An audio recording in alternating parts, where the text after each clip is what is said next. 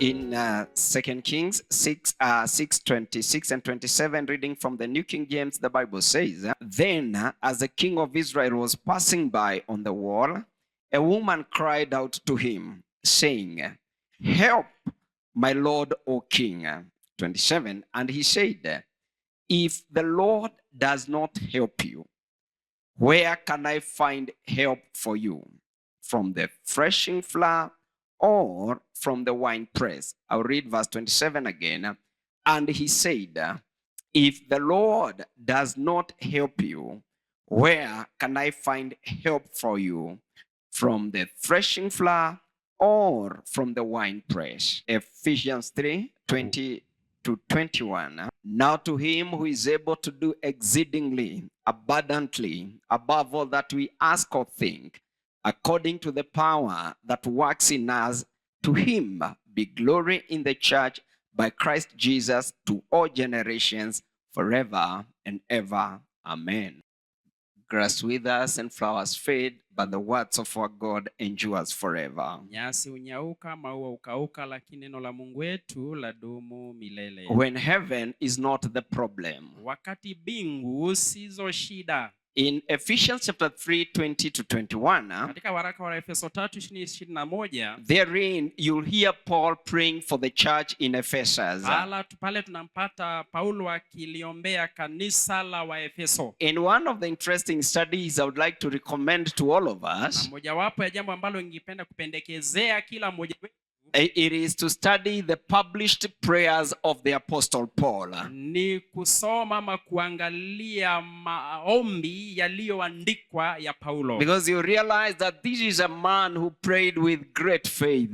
Maana tunaona kwamba huyu ni mtu aliyeomba kwa imani kuu. And if you want to learn how to pray, ikiwa ungependa kujifunza jinsi ya kuomba, you can greatly learn from Paul how he prayed. Waweza jifunza kutoka kwa Paulo jinsi alivyoomba. And this morning, asubuhi ya leo, I want to highlight to us one of his prayers in Ephesians. Nataka niwaleteni mojawapo ya maombi yake katika waraka wa Efeso. And one of my interest, it is the boldness of his prayer. Na haja yangu muhimu ni ujasiri wake katika maombi. Because when you read that prayer, kwa sababu somapo lile ombi, you see that this is not a small prayer. Utaona hili si ombi dogo. And you realize it is not a generalized prayer. Na utatambua kwamba si ombi ambalo limejumlishwa. He is not seeking for general blessings. Tafuti baraka za kijumla. But what I see here is that Paul is praying for God to shake up things. Ni kwamba Paulo anaomba Mungu atikise mambo. And you hear him praying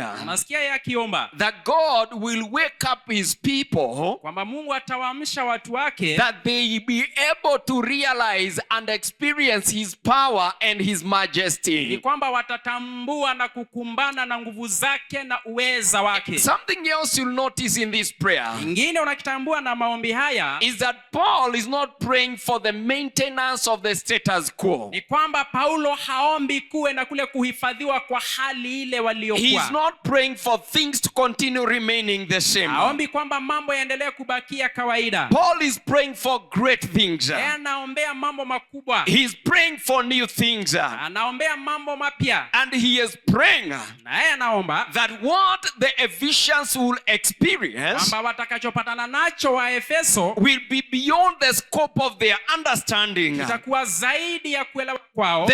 Beyond the scope of their comprehension. Hata zaidi ya ufahamu wao. In other words, maneno mengine, he is praying that they will let God be in charge. Naomba kwamba waruhusu Mungu atawale of what will always happen in their lives. Kwa yote atakuwa kitukia maishani mwao. He is teaching the Ephesians to pray. Anawafunza wa Efeso hali ya kuomba. That God will always take charge. Kwamba kila Mungu ataishi kuchukua usukani. Over everything that will happen next in their lives. Kwa vyote itakayotukia maisha yao yafuatayo. And Paul is encouraging the Ephesians. Paulo anawatia moyo wa Efeso. That they should not get into the trap of limiting what God can do for them. Kwamba wasiingie katika shida ya kumzuilia Mungu ambaye anaweza kufanya. Whenever I study scriptures in the Bible, ninapojifunza maandiko katika Biblia, I like finding and discovering what is the tension in that particular text. napenda kutafuta na kutambua ilikuwa nini haswa maana ya andiko lile. And the tension in this text, Na sababu ya andiko hili hapa, it is Paul is explaining kwamba Paulo anaelezea that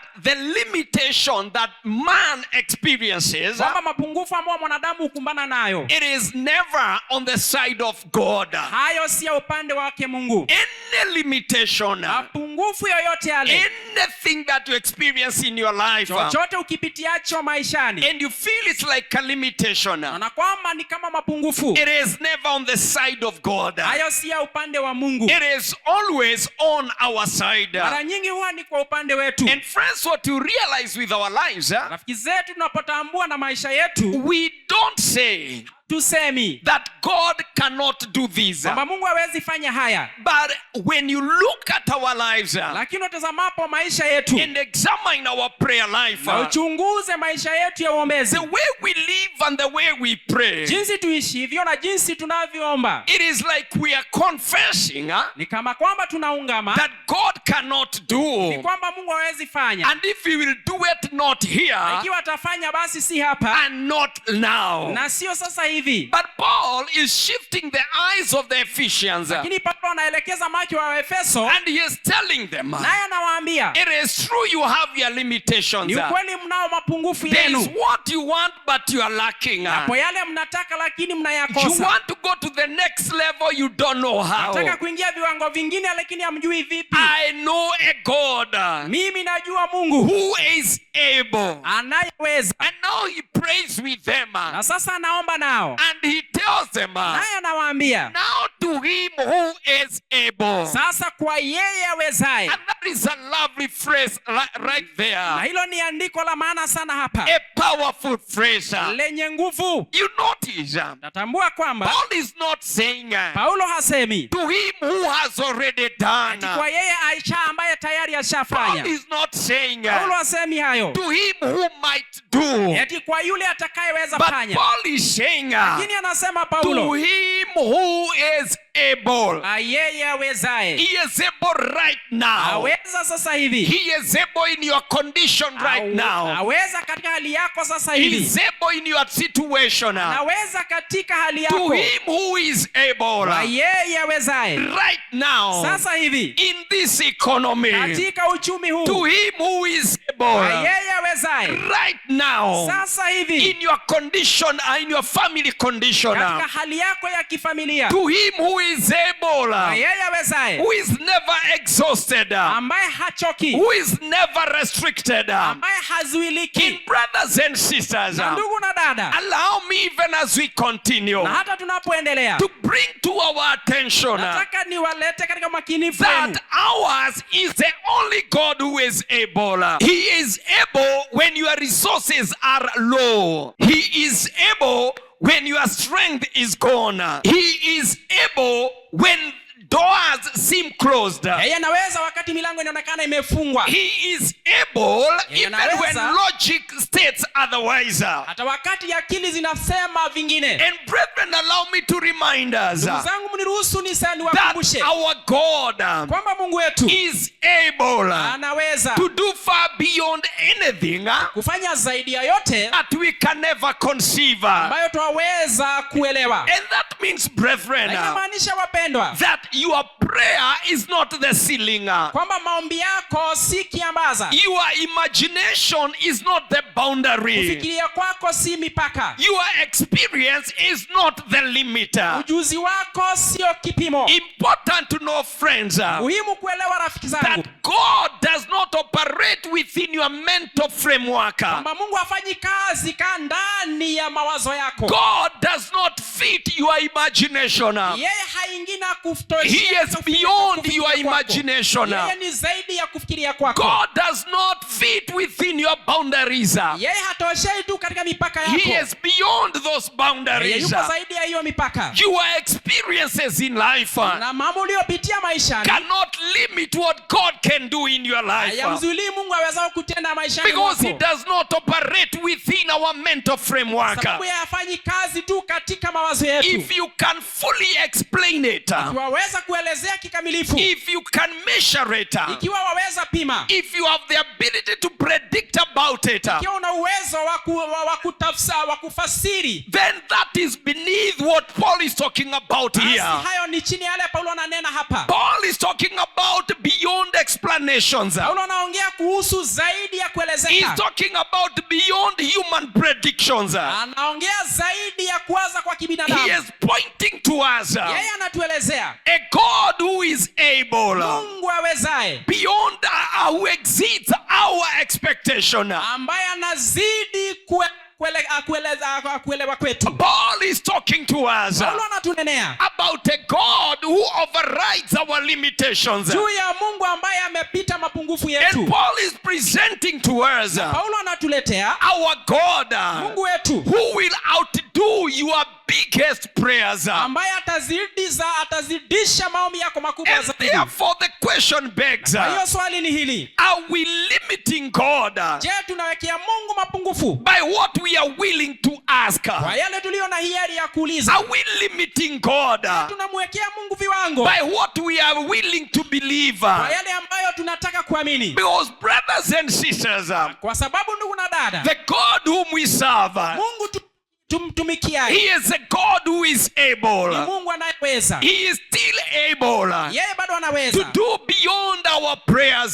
kufanya zaidi ya maombi He is yetu. still able Yeye bado to anaweza do beyond our imaginations. kufanya zaidi ya kufikiria kwetu. And friends, Rafiki zangu, we serve a God who is able. tumtumikia Mungu awezaye. But the question that we must always ask ourselves Lakini swali ambalo lazima tujiulize is, wenyewe, why are we living a life kwa nini tunaishi maisha that is devoid his power? ambayo yanapuzilia nguvu Why zake? is our faith continuing to shrink? Ni kwa nini imani yetu inazidi kudidimia? Are we fitting God in our comfort zone? Je, tunamvuta Mungu na kumweka katika starehe zetu? Are we fitting God to fit our imagination? Je, tunamleta Mungu na kumweka katika kufikiria Are we kwetu? limiting God Je, tunamwekea Mungu viwango using our ability to think what he can do for us? tukitumia kufikiria kwetu kwa yale anayoweza It kufanya? is my prayer this morning Na ni ombi langu asubuhi ya leo that this will be settled in your heart, kwamba hii itatulia moyoni mwako, that my God is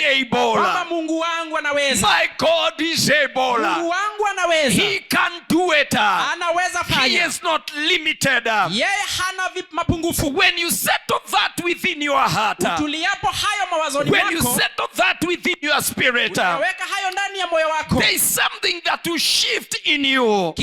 kipo kitu kinainuka ndani You yako. will stop praying safe prayers. Utakoma kuomba maombi tu ya usalama. You will stop thinking small thoughts. Utaacha kufikiria mambo madogo madogo. And you stop expecting average outcomes. Uache kufikiria mambo tu ya wastani. Because when you settle in your heart Maana utuliapo moyoni mwako that my God is able, kwamba Mungu wangu anaweza, you start stepping into the realm where only God gets the glory. unaweza kuingia sasa katika mahali ambapo ulimwengu ambapo Mungu pekee anapata When you utukufu. settle in your heart Tuliapo moyoni mwako that nothing can limit God, kwamba hakuna kiwezacho mzuia Mungu, then you will get yourself into realms basi utajipata katika ulimwengu where your total and only expectations ambapo matarajio yako yote kikamilifu is surprises from God. ni mambo ambayo ya kuwashangaza Mungu. God has the ability to surprise you. Mungu ana uwezo wa kukushangaza. God has the ability to come through for you Mungu ana uwezo wa kuja kwa ajili yako beyond what you prayed,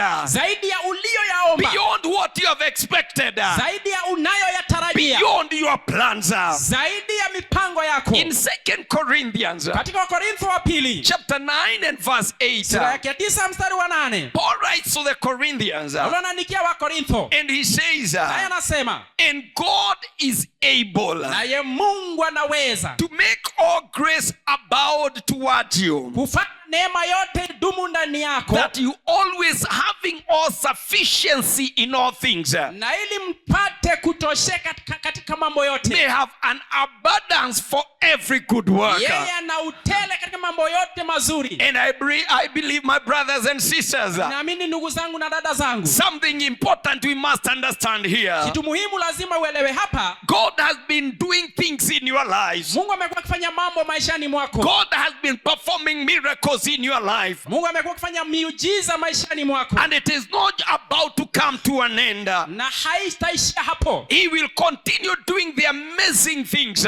Ataendelea kufanya mambo ya ajabu that he has already begun in your life. ambayo tayari yashafanyika maishani mwako. That is why he's speaking to the Philippians. Na ndio sababu ananena na In Wafilipi chapter 1 and verse 6, sura ya kwanza mstari wa 6. Paul says, Mungu anasema, Paulo anasema, being confident of this very thing, wena ujasiri kwa ajili ya mambo haya, that he who has begun a good work in you, kwamba yeye aliyeanzisha kazi nzuri ndani he yako, will bring it to completion. yeye ataikamilisha. Allow me to declare to you Na nataka niwatangazie hii that leo, whatever God has started in your life, chochote alichokianzisha Mungu it maishani is mwako, God who will sustain it. ni yeye atakayekidumisha. Whatever God has initiated in your life, Chochote alichokianzisha maishani it is mwako, him who will empower you to perform it. ni yeye atakayekutia nguvu kukitenda. And this should encourage us, brothers and Na sisters, hii yapaswa kututia moyo ndugu na dada, that we should not fear about tomorrow, kwamba tusiogope kwa ajili ya kesho. because him who started it,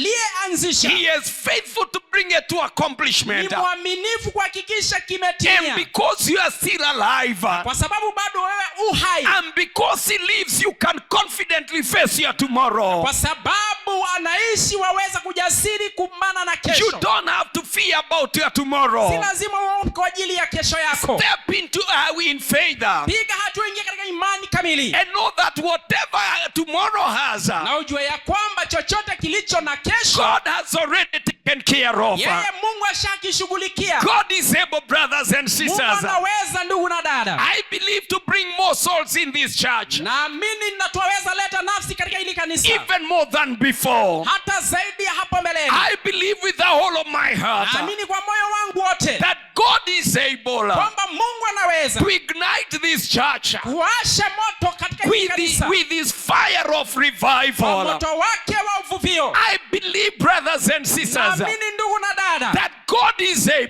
kwamba Mungu anaweza to increase you spiritually, kukuongeza to kiroho, expand you financially, kukupanua kifedha, and even increase your personal impact, na hata kuongeza mvuto wako because God is kibinafsi, able kwa sababu Mungu to anaweza multiply you kukuongeza beyond your imagination, zaidi ya kufikiria kwako, beyond your prayers, zaidi ya maombi and yako, even beyond your na expectations. hata zaidi ya matarajio And yako. brothers and sisters, hear me. Na ndugu na dada msikize, Because he is able, kwa sababu anaweza, you don't have to fear. si lazima uogope. Because he is Kwa able, sababu you anaweza, don't have to worry. usiogope. Because he is Kwa able, sababu yuwaweza, you will not go down. hautaanguka. You can only get to your next level. Waweza tupanda katika kiwango kingine. Because he is Kwa able. sababu anaweza. Stop stooping down. Koma kuanguka. Hold on to your faith. Shikilia imani Your yako. redemption is on the way. Ukombozi wako waja. Because he is able. Kwa sababu anaweza. Hold on to your faith. Shikilia imani Your yako. elevation is on the way.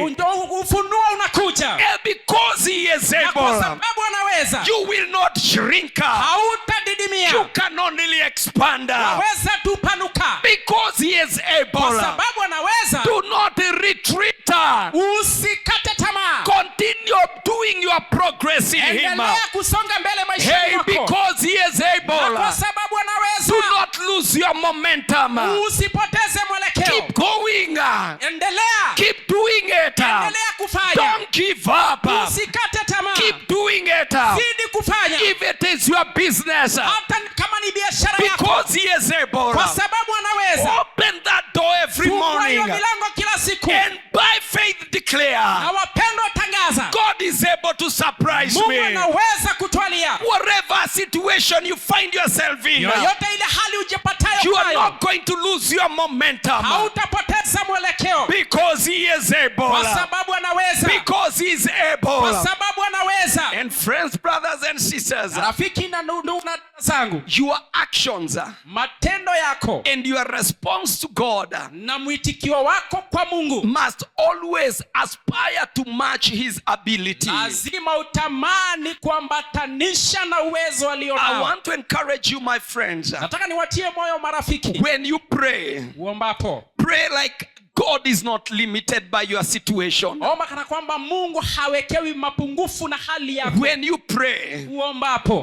pray like he's not restricted by your resources. omba ni kana kwamba yeye hajazuiliwa na rasilimali zako. When you pray, uombapo, pray like he's not slowed down by any changes in your life. omba ni kana kwamba yeye hapunguziwi mwendo na mabadiliko maishani mwako. When you pray, uombapo, pray like he's got the goods for you. omba ni kana kwamba ana mazuri kwako. When you pray, uombapo, pray like you believe omba kana kwamba unaamini that he has good plans for your life. na mipango miema maishani He has mwako. good plans for your family. Na mipango mizuri kwa ajili ya He jamii has yako. good plans for the works of your Na hands. mipango mizuri kwa sababu ya kazi ya You mikono know, yako. when you pray, brothers and sisters, Uombapo ndugu na dada, pray like he has the power unaomba kwamba yeye ana nguvu to do exactly what he said he will do. kuyatenda haswa aliyosema. Pray like you are held together in the palm of his hands. Omba na kwamba umeshikwa kwa pamoja na mikono yake. And I pray Na ninaomba that we shall get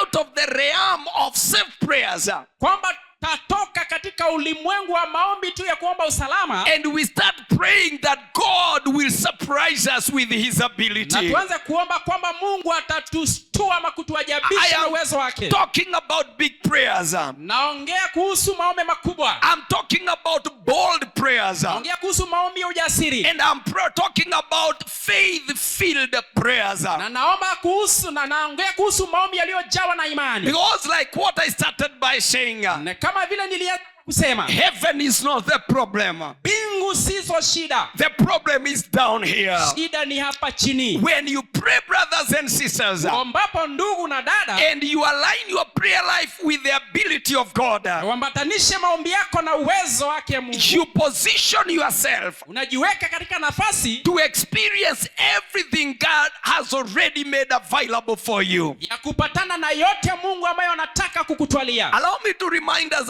a story that we know well, Niruhusuni niwakumbushe juu ya hadithi ambayo sote tuelewa vyema, of the 3 Hebrew boys. kuhusu vijana watatu wa Ebrania. I hope you remember them. Najua mnawakumbuka. They were thrown into a fiery furnace. Wakarushwa katika tanuru la moto, The verdict was they are going to be executed na maamuzi yakawa lazima yatendezwe for not bowing to the image that was erected by King Nebuchadnezzar. kwa kutoinamia sanamu iliyokuwa imenuliwa na mfalme Nebukadnezar. And when the king saw the confidence of these young men, Na mfalme alipoona ujasiri uliokuwa nao vijana, he asked them a very searching question. akawauliza swali ambalo lilikuwa la kiajabu, That boys, if you continue defying me, kwamba ninyi vijana mkiendelea kutoniheshimu, who will deliver you from my fiery furnace? ni nani atakayewakomboa kutoka kwa tanuru hili la moto? We should all be encouraged by their answer. Tunapaswa kutua moyo kwa ombi lao. Found in the book of Daniel chapter 3, Kwenye kitabu cha Danieli 3 verses 16 and verse 17. mstari wa 16 na 17. The young boys looked at the king, Wa vijana walimtizama mfalme eyeball to eyeball, jicho kwa jicho, and they told the king, kamwambia mfalme, our God whom we serve. Mungu wetu tumtumikiaye. Hear their answer. They said, he is able Sikia jinsi walivyomwambia mfalme, yeye anaweza to deliver us from your burning furnace. kutukomboa kutoka kwa tanuru lako liwakalo moto. We come across again this great character of God, Tunakutana tena na katabia kubwa ya Mungu, that he is able. kwamba yeye anaweza. Our God is able. Mungu wetu anaweza. And I want you to listen to me carefully. Nataka sikize kwa makini. Whatever situation that you are facing this morning, Hali yoyote unanayokumbana nayo asubuhi ya leo, lift your head up, inua kichwa chako juu march on, na upige hatua mbele, continue praying, na uendelee kuomba, because God is able kwa sababu Mungu to anaweza perform whatever miracle kutenda muujiza wowote ule that you need as an individual, unaohitaji kama mtu binafsi, God is able Mungu anaweza to perform any miracle tenda muujiza wowote ule you need in your family. uhitajiao katika familia yenu. God is able Mungu anaweza to perform any miracle tenda muujiza wowote that ule we need as a church. tunaohitaji kama And kanisa. so when you stand to pray, Kwa hiyo simamapo kuomba, your prayer life maisha yako ya maombi needs to reflect that you know something yanapaswa kuambatana na hivi kwamba kipo kitu to kijuacho him whom you are praying. kwa yeye unayemuomba, Because the only guarantee we have sababu hakikisho pekee tulilonalo on the ability and the power of God kuhusu uweza na nguvu zake Mungu rests on what we know about the character. limeshikiliwa juu na kile unachokijua kuhusu kazi ya Mungu. Our warranty for bold praying Waranti yetu kuhusu maombi tuombayo is only based on our knowledge of God. msingi wake ni ufahamu tulio nao juu ya Mungu. Do you know what he can do for you? Je, unajua yawezao kukufanyia? Then pray in line with that knowledge. Basi omba ukiambatanisha na ufahamu ule. The three Hebrew boys, Vijana hawa watatu wa they Kiebrania knew that with God, wao walijua kwamba na Mungu the fiery furnace meant nothing. tanuru la moto ni bure kwake. They knew with God, Walijua kwake Mungu the wrath of the king meant nothing. ghadhabu ya mfalme ni bure. They had confidence in the God that they believed. Wakawa na ujasiri na Mungu aliyemwamini, And they had the confidence to verbalize it na wakawa na ujasiri wa kunena in hayo front of the king and in front of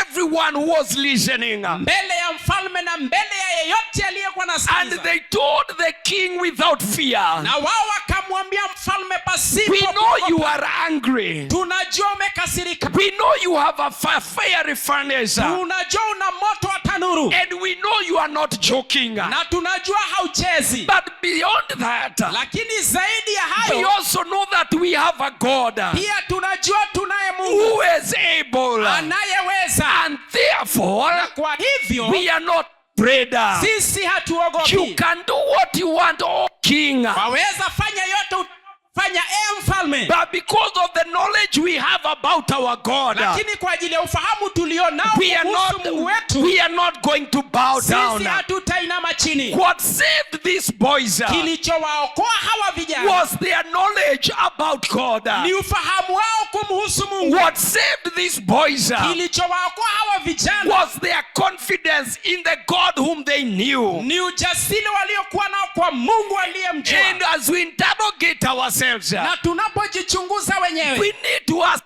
ourselves, wapaswa kujiuliza do wenyewe, we know God je, tunamjua Mungu the way we are supposed to know him? jinsi utapasavyo kumjua? Have we experienced him Je, tushapatana na yeye the way we are supposed to experience him? jinsi tunavyopaswa kupatana na yeye? And to be able to answer that, Na ili sisi kujibu you hayo, must get out of your comfort zone lazima utoke katika and starehe you start zako praying challenging prayers. na uombe maombi ya changamoto. You start praying bold prayers. Uanze kuomba maombi ya jasiri. You have settled where you've had for so long. Umetulia sana ulipo kwa kipindi kirefu. Get out there Toka pale in the realm of deep praying katika ulimwengu wa maombi ya kina and you pray bold big prayers. na uombe maombi ya ujasiri. You know, when we pray boldly, Unajua tunapoomba kwa ujasiri it is because we know who God is kwa sababu tunajua Mungu ni and nani, we know who we are. We know what he can do. na tunajua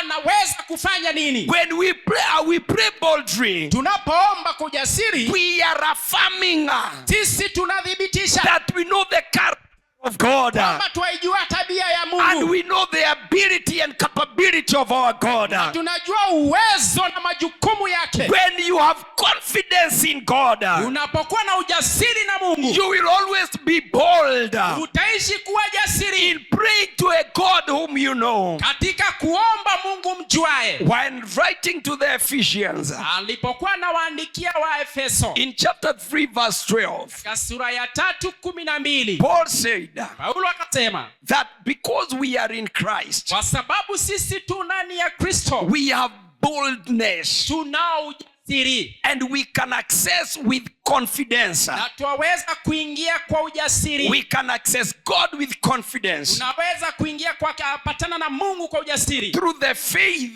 that we have in him. kupitia imani tulio nayo kwake. I was doing a small study here, Nilikuwa nafanya utafiti mdogo hapa, and I wanted to understand this word boldness that Paul is writing to the Ephesians. na nilitaka kuelewa hili neno ujasiri alilowaandikia Waefeso Paulo. Originally, as he wrote in the Greek, Pale awali alipokuwa anaandikia Wagiriki ama the word he used is paresia, neno alilolitumia ni paresia, and what it means na linachomaanisha is honest speech. ni kwamba ni taarifa ya uwazi. Honest speech, Maneno ama taarifa ya uwazi, speaking honestly, kuongea kwa moyo ulio wazi, what you know or what you believe. ukijuacho unachokiamini. It is an honest Ni uwazi that is viewed to be coming from someone ambao unahisika kutoka kwa mtu who has unflinching authority, ambaye ana mamlaka ya juu, even when his opinion has opposition. hata wakati mapendekezo yake yana upinzani. You access God Unapatana na Mungu with paresia, na paresia, that you speak to him honestly, unanena na yeye kwa moyo wazi, telling him what you believe he can do. na kumwambia unachoamini awezacho kukifanya. And a person with this kind of biblical boldness Na mtu huyo ambaye kwa kibibilia aliye na ujasiri wa aina hii, has this belief in themselves, wao wana imani hii ndani yao, that there is nothing that God cannot change. kwamba hakuna chochote Mungu asichoweza kukibadilisha. Even what we perceive with our human mind to be hard, Hata tunachokiona na mawazo yetu ama na macho yetu kama wanadamu ni kigumu. a person with this kind of biblical boldness, Mtu wa aina hii aliye na ujasiri huu wa kibibilia, they know beyond a shadow of doubt wanajua zaidi ya shaka that God cannot and he'll never fail. kwamba Mungu hawezi na hatawahi shindwa. The person with this kind of attitude, Mtu aliye na dhana ya aina hii, they are going to pray wataomba without being afraid of what is happening around them. pasipo kuogopa kinachotukia katikati yao. Even when the situations oppose them, Hata wakati hali zinawapinga, they will pray boldly wataomba kwa ujasiri, because they know what God can do. sababu wanajua wezayo kufanya huyu A Mungu. person with this kind of boldness, Na mtu aliye na ujasiri wa aina hii, they are not ashamed wao hawaaibiki to declare their need kutangaza mahitaji yao and to proclaim na kuyadai that God will provide for their need. kwamba Mungu atatwalia mahitaji yao. This biblical boldness Ujasiri wa kibibilia is a conviction ni ushawishi that God got this. kwamba Mungu anayo haya. Whatever this is, Haijalishi haya ni yapi, whatever is happening around you, haijalishi anayotukia uliko, within you, ndani yako you have a conviction unao ushawishi that God got this. kwamba Mungu anayo haya. You see, the Apostle Paul, Naona mtume Paulo once when he was speaking to the Romans, alipokuwa ananenea Waroma, he told the Romans aliambia Warumi that I am not ashamed of the gospel, kwamba mimi siaibiki Injili, because it is the power of God kwa sababu ni nguvu zake that Mungu brings salvation to all who believe. ziletaza wokovu kwa wote waaminio. That is in Romans chapter 1 verse 16. Hayo ni Warumi 1:16. And the same confidence he had in the gospel, Na ujasiri ule ule aliyokuwa nao kwa it is Injili the same confidence ni ujasiri ule ule that he carried with him in his prayer life. alioandamana nao katika maisha yake ya uombezi. He had confidence in the gospel, Alikuwa na ujasiri wa Injili, and that birthed his confidence in prayer. na ile ikazaa ujasiri wa maombi. And because he had faith in the gospel, Na kwa sababu alikuwa na imani katika he Injili, was not ashamed yeye hakuwa anaibika to pray big prayers, kuomba maombi to makubwa, pray bold prayers, kuomba maombi ya ujasiri to pray challenging prayers. kuomba maombi ya kuchanga moto, Because he had confidence in the gospel. sababu alikuwa na ujasiri wa injili. He also had confidence Pia alikuwa na ujasiri that God had prayers kwamba Mungu husikia maombi and that God will always intervene na Mungu ataishi kuingilia kati to the prayers of man. maombi ya mwanadamu. And I want to urge us, brethren, Nataka ni warai wapendwa, just as Paul was completely persuaded kama vile Paulo alivyoshawishika that the good news was good news to all people, kwamba habari njema zilikuwa habari njema kwa wote, he was also completely persuaded pia kwa kikamilifu alishawishika that if you wanted to put things in motion, kwamba ikiwa ungetaka mambo yasonge mbele, especially in the spiritual realm, haswa katika ulimwengu wa rohoni, you want them to move in God's design, ikiwa ungetaka yatembee sawasawa na mapenzi ya Mungu, in God's will, katika hiari ya mapenzi ya Mungu, then basi omba ukiamini that God hears kwamba Mungu husikia and God does. na Mungu hutenda. When Paul prayed, Wakati Paulo aliomba, he did not doubt yeye hakutilia shaka what he was asking God. alichokuwa anamuomba Mungu. He believed it is possible. Aliamini He inawezekana, believed it will come to pass. akaamini itatimia, And he understood naye akaelewa because there is no limit with God, sababu hakuna vizuizi kwake Mungu, then there should be no limit basi hakupasi kuwa na in mapungufu what I can ask God to do for me. kwa yale nayoweza omba Mungu anitendee. Paul was bold Paulo alikuwa jasiri to ask God, kumwomba Mungu, and he was confident naye alikuwa na ujasiri that God will perform. kwamba Mungu He atatenda. could open his mouth Angekifungua kinywa chake and tell the brethren na awaambie wapendwa, he is able anaweza to do exceedingly, kufanya hata zaidi abundantly, na hata kwa utele, above, beyond your imagination and zaidi prayer. ya kufikiria na hata maombi yenu. He did not whisper that.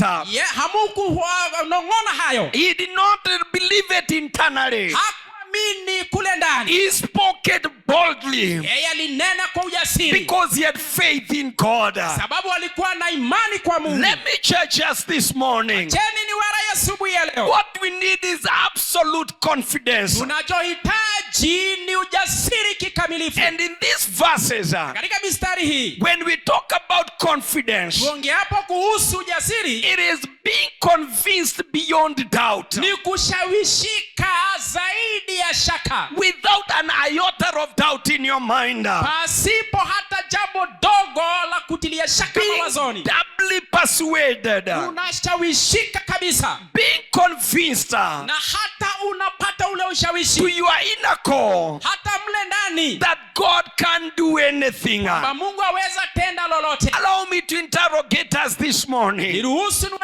niwachunguze asubuhi ya leo. Are you convinced today Je, umeshawishika asubuhi ya leo that God is able? kwamba Mungu anaweza? Are you convinced today Je, una ule ushawishi hii leo that it is only God who possesses all power and all authority? kwamba ni Mungu pekee anaye mamlaka na nguvu zote? Are you convinced this morning Je, umeshawishika asubuhi ya leo that God is for you kwamba Mungu ni wako and is not against you? na yeye hayupo kinyume nawe? Are you fully persuaded Je, umeshawishika kabisa that God has offered himself, has availed himself kwamba Mungu amejitoa mwenyewe to fight all your battles on your behalf? vipigana vita vyote kwa niaba If yako? that is your conviction, Ikiwa basi huu ni ushawishi ulionao, then when you approach him, basi unapomwendea do so with confidence. fanya vile kwa ujasiri. Actually, God himself, Hakika Mungu mwenyewe he has given us an open invitation. ametupa mwaliko wa uwazi. You don't need an appointment. Hauhitaji kuwa na miadi naye, You don't need to ask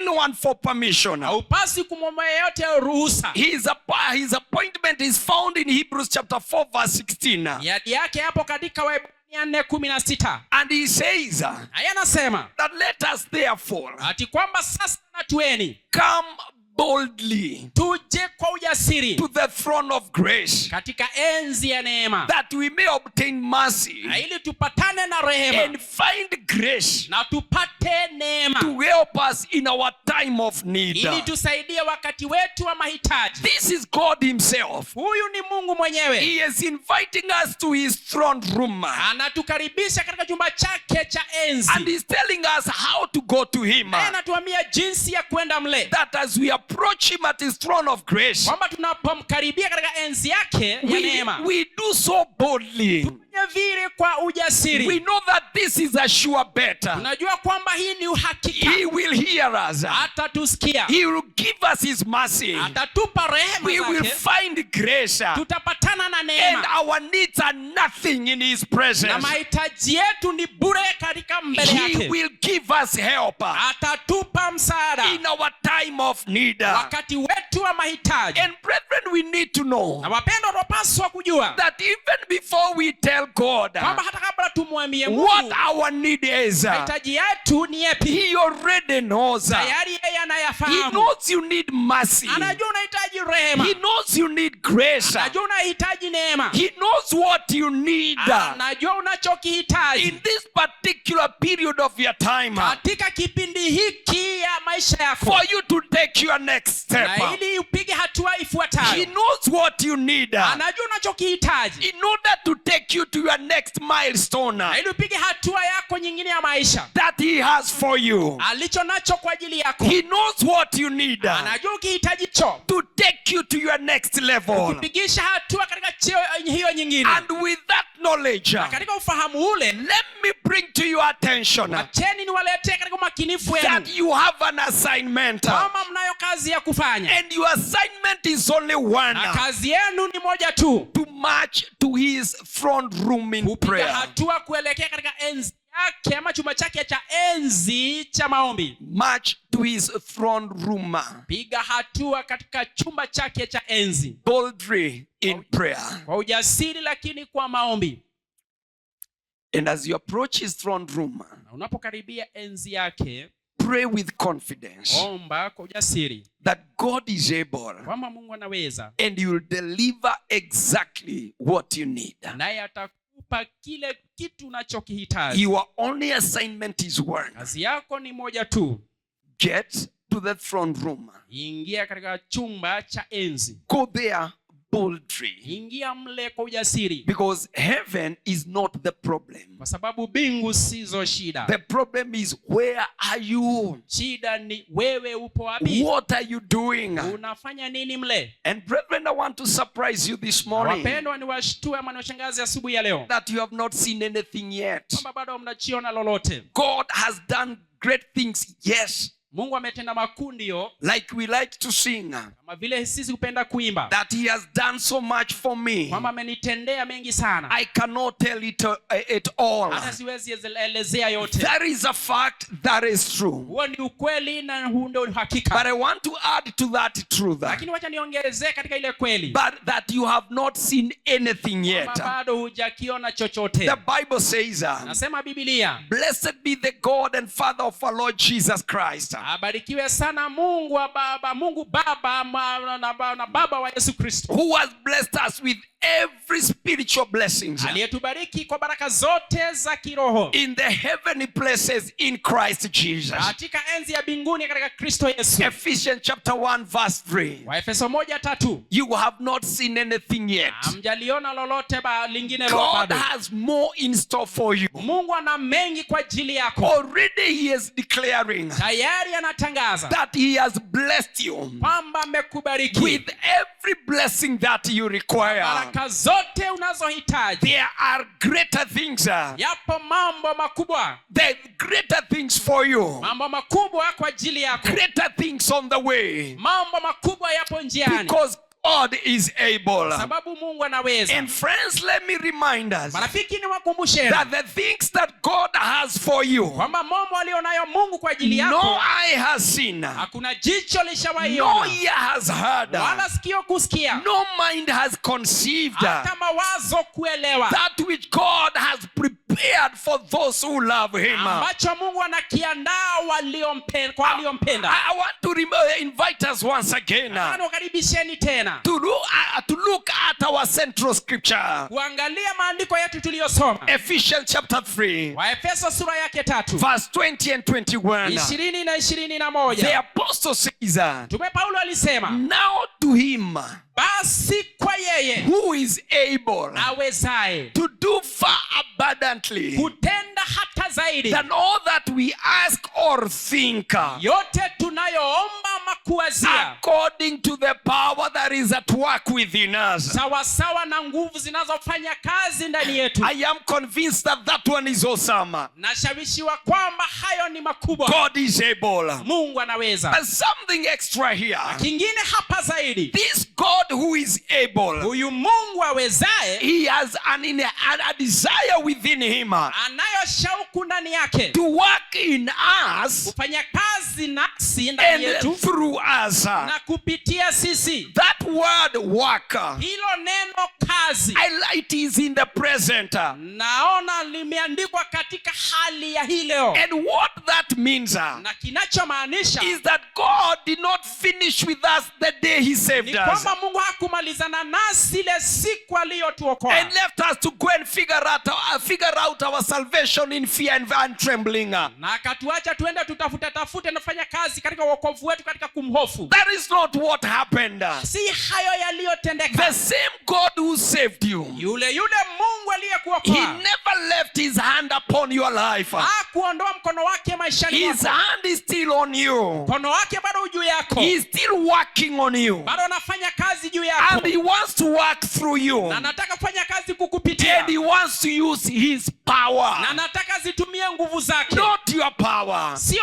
nguvu zako, Not what you can. sio unayoweza kufanya, Not what you are able. wala unayoweza. He wants to use his ability Anataka atumie uwezo wake for you and through you. kwako na kukupitia And wewe. so as we engage in bold prayers, Kwa hiyo tunapoingia katika maombi ya ujasiri, I want to challenge us. nataka niwachange moto. Will we also engage in bold obedience? Je, sisi tutaweza kuingia katika utiifu wa kijasiri? Because when we get into bold Kwa obedience, sababu tuingiapo katika utiifu wa kijasiri, that is where we open the doors hapo ndipo tunafungua milango for God to work in our lives, ili Mungu afanye kazi ndani yetu, using his power. zitumie nguvu zake. And what are we expected to do? Na tunatarajiwa tufanye nini? I want to challenge us, brethren. Nataka niwachange moto wapendwa. Let us get fixed on knowing Jesus. Basi sisi sasa tutengeneze mambo ya kumwelewa Yesu, Radically knowing Jesus. kumjua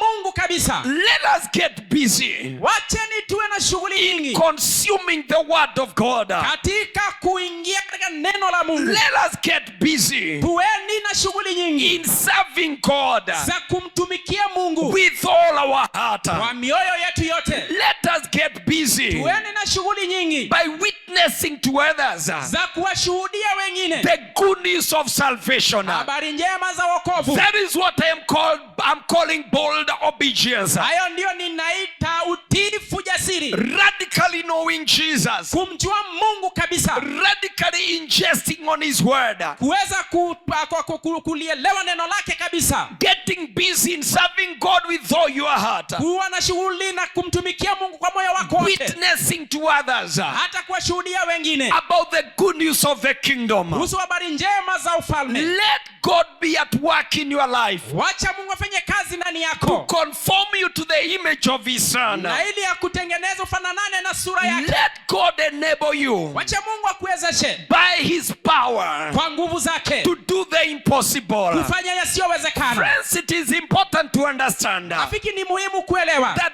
God can liberate you from any bondage, kwamba Mungu anaweza kukuweka huru kutokana na vifungo vyovyote and vile. he can use you Anaweza kukutumia to become a liberator to others. kufanya mtu wa kuweka wengine huru. God can heal you emotionally and physically, Mungu anaweza kukuponya kihisia na kimwili. and he can use you Anaweza kukutumia to bring the same healing to other people. kuletea watu wengine uponyaji ule ule. What we need, brothers and sisters, Tunachohitaji ndugu na dada, dada, is to experience God's power ni kupatana na nguvu za Mungu in our inner being. katika utu wetu wa ndani. Allow me to remind us this morning Usuni ni wakumbusha asubuhi ya leo that your inner being kwamba utu wako wa ndani is just as real ni wa ukweli as your physical being. jinsi ulivyo nje. Your spirit man Mtu wako wa rohoni is just as real yeye ni wa uhakika na as your physical man. kama vile uonekanavyo kinje. The same way you take care of your physical body Vile vile unavyotunza mwili wako huu should be the same way yapaswa kuwa vile you vile take care of your spirit man. utunzavyo mwili mtu wako wa ndani. Someone said, Mtu fulani akasema, and I agree with him, na ninakubaliana na yeye, that we are so busy kwamba sisi tuna shughuli in nyingi feeding our physical man katika kulisha mtu wetu wa nje 3 hot meals in a day, chakula 3 moto and kila siku, and sometimes we throw in a snack here and there. na wakati mwingine unakula biskuti hapa na pale. But when it comes to our spirit man, Lakini fikiapo mtu wa rohoni, we serve him one cold meal tunampa chakula kimoja baridi 1 time per week, mara moja kwa juma, on Sunday during the service. Jumapili wakati wa ibada. And friends, if those are us, Na marafiki, ikiwa hao ndio sisi, if that is going to be our habit, ikiwa hiyo itakuwa tabia yetu, that the only time I open my Bible kama ile siku tu ambayo mimi nafungua Biblia is yangu, when a preacher stands behind this pulpit wakati mhubiri anasimama hapa kwenye madhabahu and tells you to open your Bible in Ephesians 3:21, na yeye anakuambia fungua Biblia yako katika Waefeso you will 3:21, not experience God in power. basi utakumbana na nguvu za Mungu. If the only time you pray Ikiwa siku tu mnayoomba is when there is a man or a woman behind this pulpit ni wakati kuna mwanamume ama mwanamke hapa nyuma ya to madhabahu tell you to raise up your hand and pray, akikwambia inua mikono juu omba, then you lose the opportunity basi unapoteza to fursa know the God who is able. kumjua Mungu awezaye. You need to take care of your inner man. Unapaswa kushughulikia mtu wako ndani. You need to set apart your time. Unapaswa utenge wakati wako Fully dedicate that time na uweke kabisa ule to wakati your inner being. wa kumshughulikia mtu wako Ask ndani. God Muombe to Mungu move in power atembee kwa nguvu in your inner being. katika mtu wako wa ndani, It is strength in your inner being na ukiweka nguvu mtu wako wa ndani, that will enable you ni nguvu zitakazo to kuwezesha navigate any difficult situation and challenge in your life. upenya na kushinda changamoto zote maishani You mwako. see, Paul had experienced this inner being, inner power. Unaona Paulo alikumbana na hizi nguvu za ndani, He experienced the power of God akapatana na nguvu za Mungu so dramatically in his inside kiajabu ndani yake, that even when he found himself in moments of pressure, hivi kwamba hata alipokumbana na nyakati za misukumo nyingi, when he found himself in physical pain, alipojipata akiwa na uchungu wa mwili, even when he was being tortured, hata wakati alipokuwa he anateswa, felt strong more than ever yeye alijihisi ana nguvu zaidi, because he had strength in his inner man. kwa sababu alikuwa na nguvu katika mtu wake wa ndani. He says in 2 Corinthians Anasema katika Wakorintho wa pili chapter 4 verse 16 to verse 18 sura ya 4 mstari wa 16 mpaka 18, that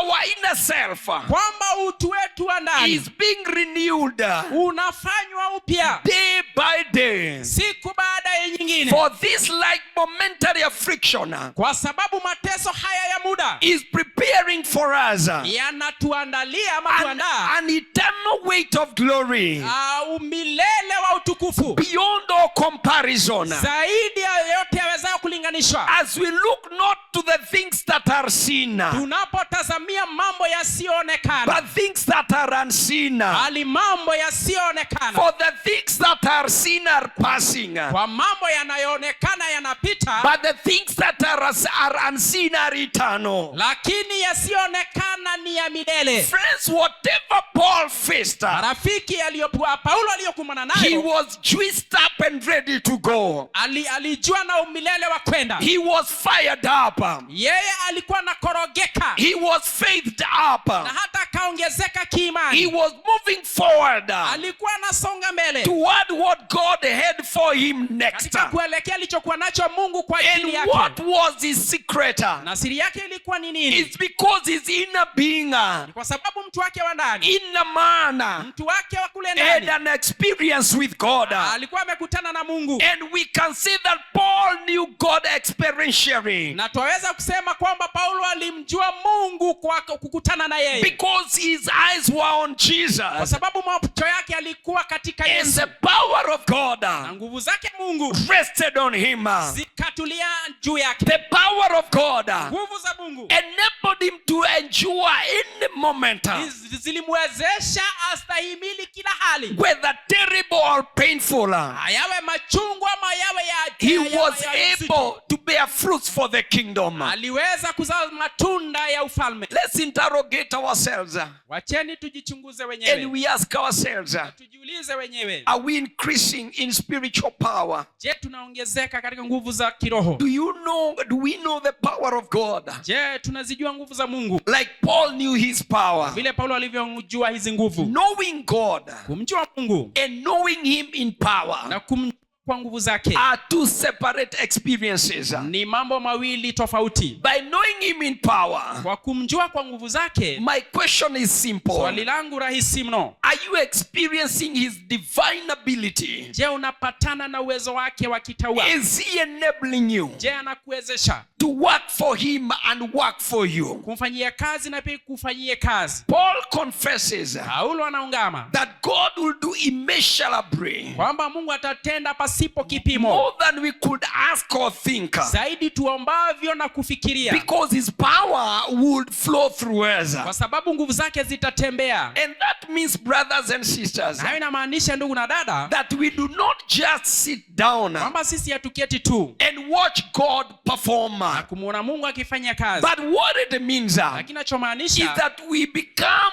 willing participants kwamba lazima tuhusike kwa kutaka in what God is doing. wanayofanya Mungu. We must be recipients of his power, Lazima tuwe wapokezi wa nguvu and we zake use that divine ability na tutumie ule utaua wake, And the nguvu za divine- uwezo wa kitaua and the divine strength that he gives na us nguvu za kitaua to atupeazo work for him. kumfanyia kazi. And in a nutshell, this is what I am saying, Na kwa kifupi inamaanisha haya, that God is able kwamba Mungu anaweza and he wants to enable you. na nataka kukuwezesha. God is powerful. Mungu anazo nguvu, He wants to empower you. anataka kukutia nguvu. In a nutshell, that is what we are saying, Kwa kifupi hayo ndiyo tunayoyasema, that he is able kwamba yeye anaweza and he is willing naye anataka sana to enable you. kukuwezesha. He is powerful Yeye anazo nguvu and he is willing naye anataka to sana empower you. kukutia nguvu. And I believe that is when Paul prayed Na naamini wa kwamba Paulo alipoomba that he wants to know his power of resurrection. kwamba nataka azijue nguvu za ufufuo wake. In chapter 3 of Philippians, Katika sura 3 ya Wafilipi, that again was a big prayer. hayo yalikuwa maombi makubwa, That again was a bold prayer. yalikuwa maombi ya ujasiri. And I believe Na naamini he was not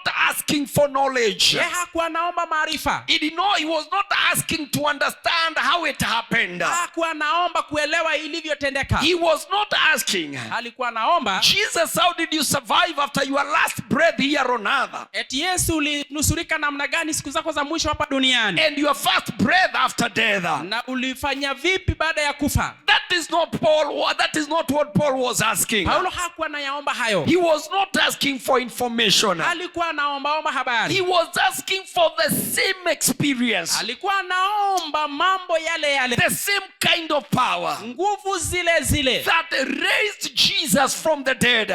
zilizomfufua Yesu kutoka kwa He wafu. was praying for a personal experience, Alikuwa naomba akumbane For na the- nguvu hizi, power of God to work in his life. nguvu za Mungu zifanye kazi maishani mwake. And brethren, that is what I call confidence. Na wapendwa, hayo ndiyo nayoita ujasiri, Not just information, sio habari tu, but the same experience, bali ujuzi kama the ule same power na nguvu zile zile that raised Jesus from the dead. zilizomfufua Yesu kutoka kwa I wafu. want to experience it. Nataka nipatane nazo. That one is confidence. Huo ndio ujasiri. He had utmost confidence in God, Alikuwa na ujasiri mwingi sana kwake that Mungu, he wanted God to work in his life kwamba Mungu alitaka Mungu afanye kazi in maishani the mwake same kind of way vile vile that he worked through Jesus. alivyofanya kazi ndani ya Yesu. And Paul knew that can happen. Na Paulo alielewa kwamba hayo He yanawezekana. needed an experience of the same power. Yale alikuwa anataka kumbane na mambo The kama yale. power that raised Jesus from the dead. Nguvu zilizomfufua Yesu kutoka kwa wafu. And my brothers, it is important to know. Na ndugu zangu, ni muhimu sana kujua. The Bible tells us Biblia inatueleza that this divine power is available. kwamba hizi nguvu za kitaua zipo na The zinapatikana. Bible tells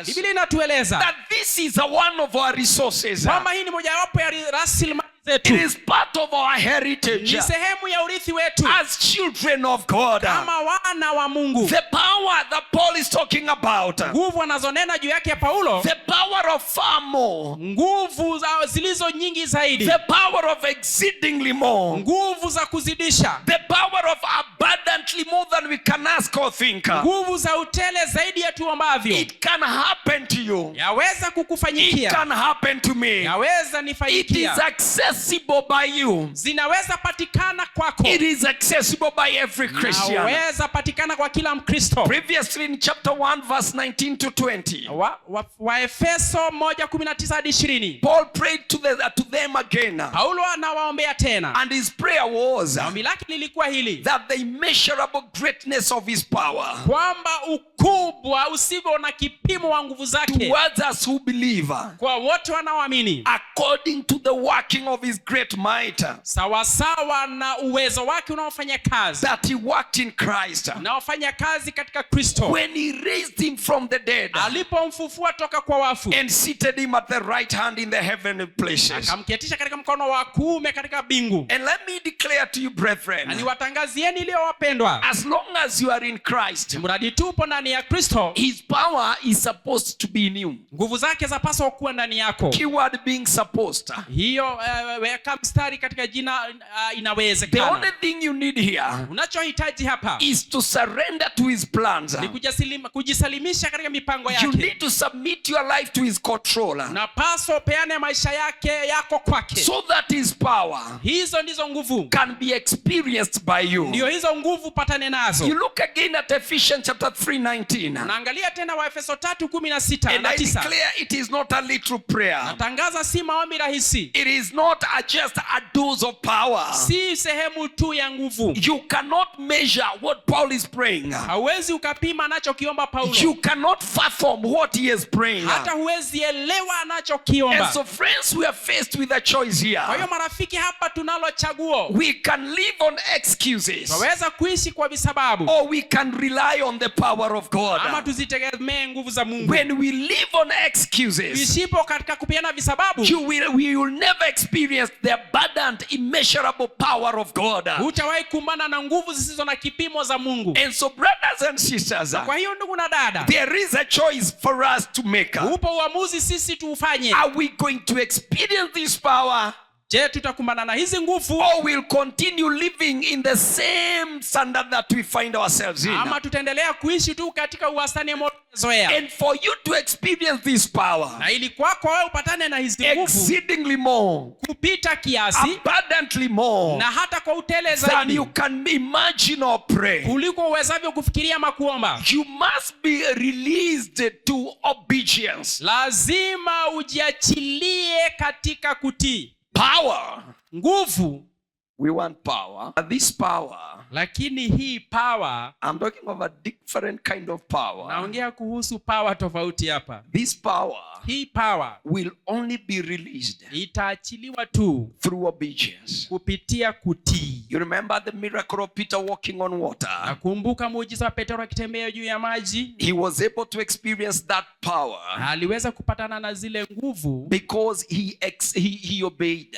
kwa sababu alitii. The Lord told him, come, Bwana alimwambia njoo, and he went. naye akaenda. He experienced the miracle of walking on water. Akapatana na muujiza wa kutembea juu ya maji. Let us look again at Ephesians chapter 3:20 to 21. Angalia tena katika Efeso 3:20-21. The Bible says, Biblia inasema, now to him basi kwa yeye who is able to do far more exceedingly, awezaye kufanya kupita kiasi na hata zaidi, abundantly than all that we ask or think, kwa utele na zaidi ya tuombavyo na kufikiria, kufikiria, according to the power that is at work within us. sawasawa na nguvu zinazofanya kazi ndani yetu. To him be glory in the church and in Christ Jesus, Kwake yeye apewe utukufu kanisani na katika Kristo, through Jesus Christ and all generations, kupitia Kristo Yesu na kwa vizazi vyote, forever and ever. Amen. milele na milele. Amina. And friends, let me point out here, Na marafiki, wacheni niseme hivi, it is impossible haiwezekani to separate the far more,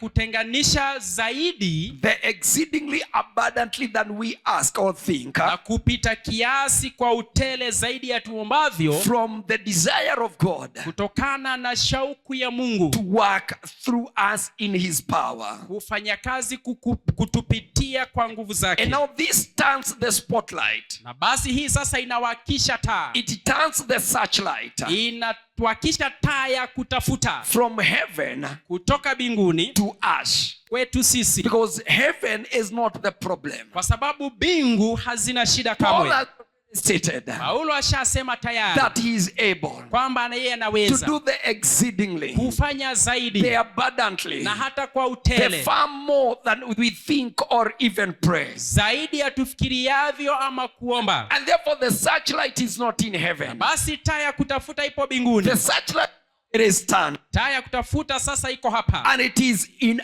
us. na ipo ndani yetu. And we need to ask ourselves, Tunapaswa kujiuliza, in this experience, katika mambo haya, are we the bottleneck? je, sisi ni shingo ya chupa? What if the reason the world cannot see Christ Ni kwa nini ulimwengu haumuoni Kristo? is because they are not encountering his power through us? Ni kwa sababu hakutani na nguvu zake kutupitia. Is it possible Je, inawezekana that the issue of the absence of God, kwamba ile hali ya kukosekana kwa Mungu, or the issue is not the absence of God, ama hali si katika kukosekana kwa Mungu, but the absence of the demonstration of his power? bali kule kukosekana kwa kuonyeshwa kwa nguvu zake? Is it possible, brothers and sisters, Je, inawezekana ndugu na dada, that our lack of obedience kwamba kukosa kwetu kutii or our reluctance to rely on his power ama uvuguvugu wetu wa kutegemea nguvu zake has restricted the flow of his power in our lives and to the people? kumezuilia mtiririko wa nguvu zake maishani mwetu na kwa maisha yao? Is it possible, brothers and sisters, Je, inawezekana wapendwa, that because we neglected the altar of prayer, kwamba tulipuuzilia madhabahu ya maombi, it is because that is the reason we are not experiencing his power? ndio sababu hatupatani na nguvu zake? Is it possible Je, inawezekana that we have neglected the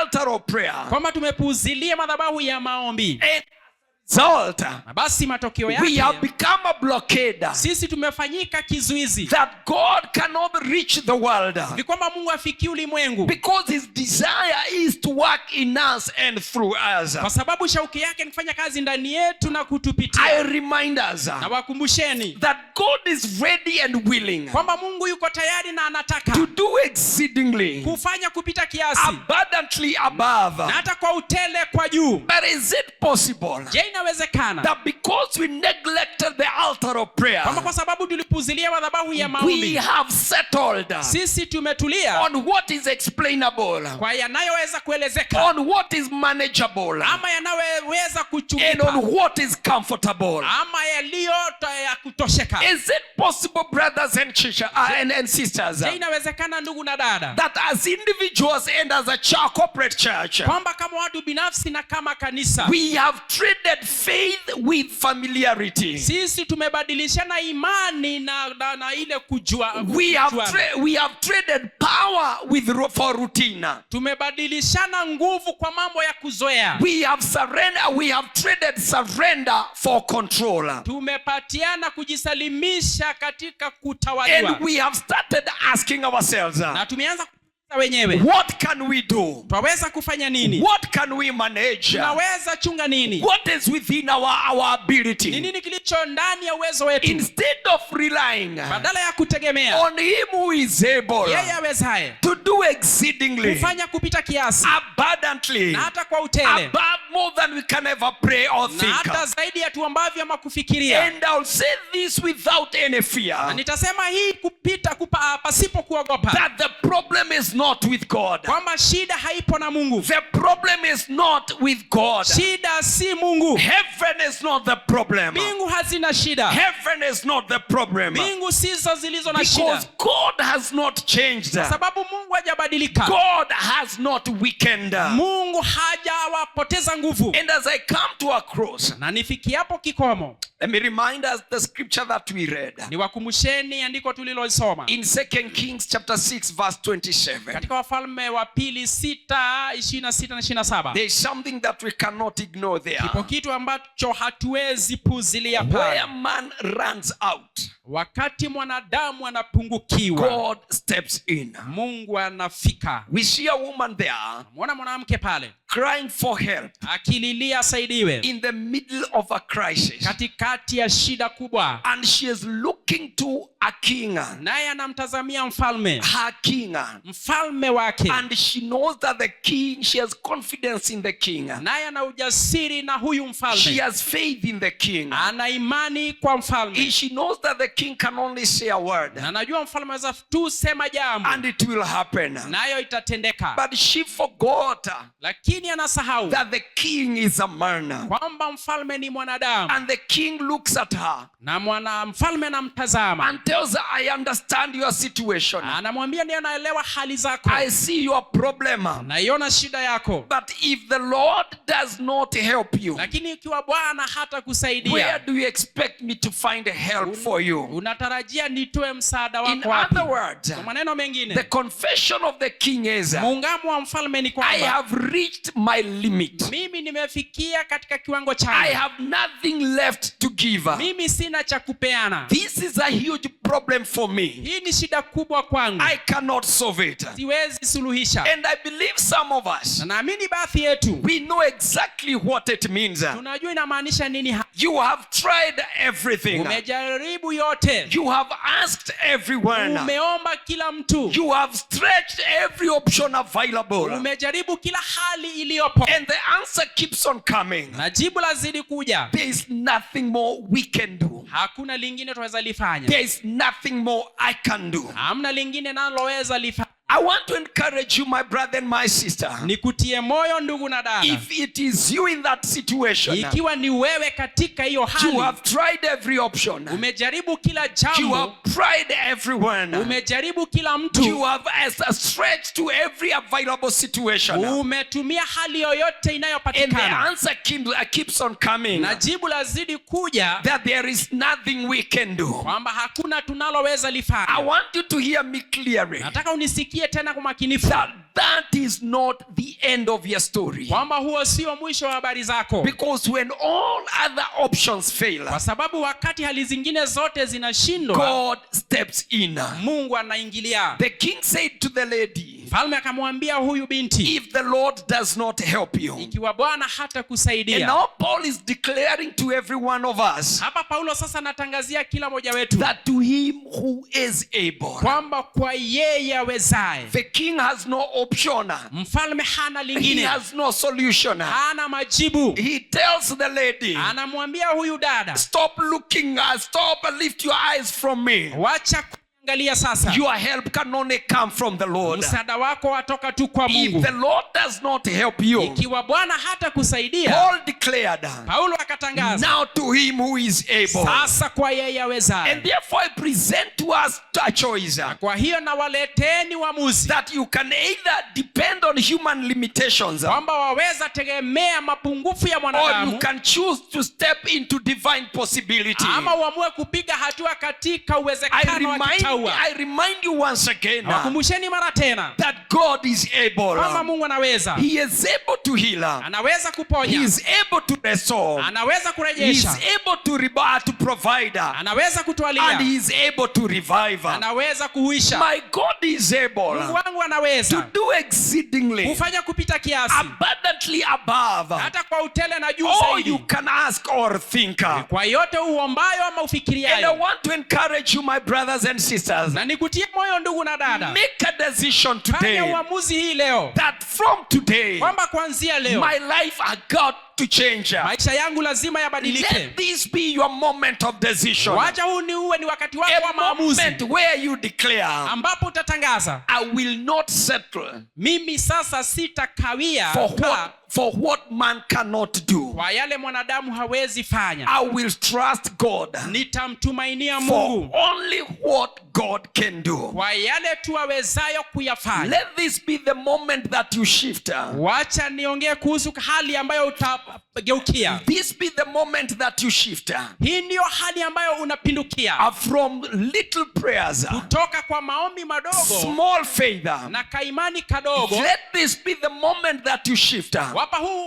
Wacha huu uwe ni wakati wako wa kugeuka. From hesitation to obedience. Kutoka hali ya kutotii kuingia katika kutii. And you get into the realm of bold obedience. Na ufikia ulimwengu wa ujasiri wa kutii. And as we stand, my brothers and sisters, na tunaposimama ndugu na dada, as we stand, tusimamapo I tafadhali, want to request you nataka niwarai that it is possible kwamba to inawezekana lift your expectation. kuinua matarajio yako. It is possible today Inawezekana hii leo to stretch your faith. kunyosha imani yako. Possible, my brothers and sisters, Inawezekana ndugu na dada to release your life kuachilia maisha yako to a life of bold obedience. kwa maisha ya utiifu I jasiri. want to charge you, my brethren, Na waomba wapendwa that in the next 5 minutes that are available to us, kwamba kwa dakika zingine 5 kwetu you can pray to God waweza muomba Mungu like you believe that he is able. kama unaamini anaweza. You believe that he is able. Unaamini anaweza. He is able to heal.